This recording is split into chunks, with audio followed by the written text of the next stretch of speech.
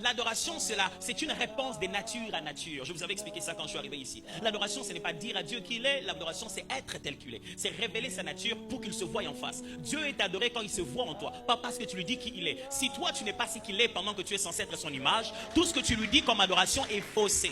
Ok, je vais répéter ça. Quand tu dis à Dieu qu'il est, c'est que toi, tu n'es pas. Tu lui fais croire qu'il n'a pas réussi en faisant de toi son image. Ce n'est pas l'honorer, ça. Est-ce que vous avez suivi ça? Tu viens là en train de dire à Dieu, oh Dieu, tu es bon, tu es merveilleux, mais toi, tu n'es ni bon. Tu es méchant. Si tu n'es pas ce qu'il est, même si tu lui dis à lui qui il est, il considère qu'il a échoué. Parce que toi, tu es censé être ce qu'il est. Vous suivez très bien de quoi je parle. Et Dieu ne nous a pas créés parce qu'il manquait quelqu'un pour parler.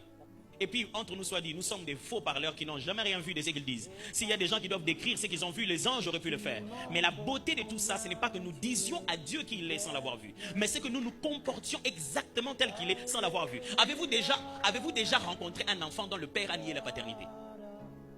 Le père a dit, c'était pas moi. Le père a même dit, non, je ne vais pas le voir. Mais un jour, il le voit. Même si il est comment? Un jour, il le voit, il regarde, il dit ça.